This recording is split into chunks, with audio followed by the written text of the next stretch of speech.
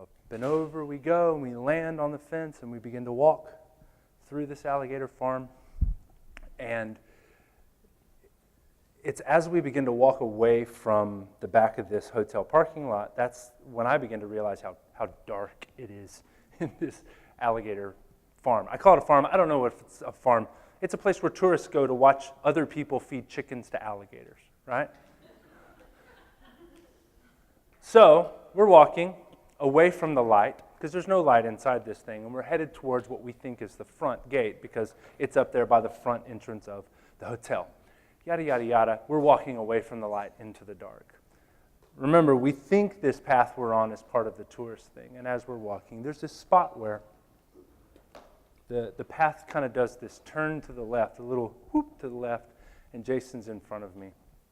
And by this point, we're both nervous, obviously. We don't want to get caught.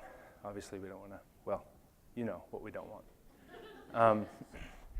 And this thing takes a turn, and it gets close to a pond. There's like a little pond that's over here in the corner, and you can kind of see that it's, obviously you can see that it's water. The water's reflecting off of the top of, the light is reflecting off the top of the water.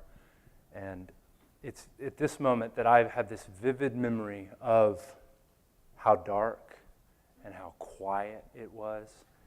And as we kind of take this turn,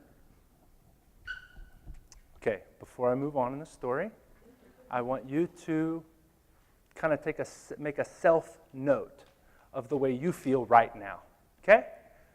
There's something inside of you that is probably screaming obscenities at me, right? You idiot. Why would you ever stop the story here? Well, that thing that you have inside of you, that's what we're here to talk about. I didn't have a friend named Jason in high school. I've never been to this place that I've told you about. But that thing that's inside of you that kind of welled up, that said, what's going to happen next in this story? That is one of the few things, one of the very few things that isn't biological that you share with all of humanity.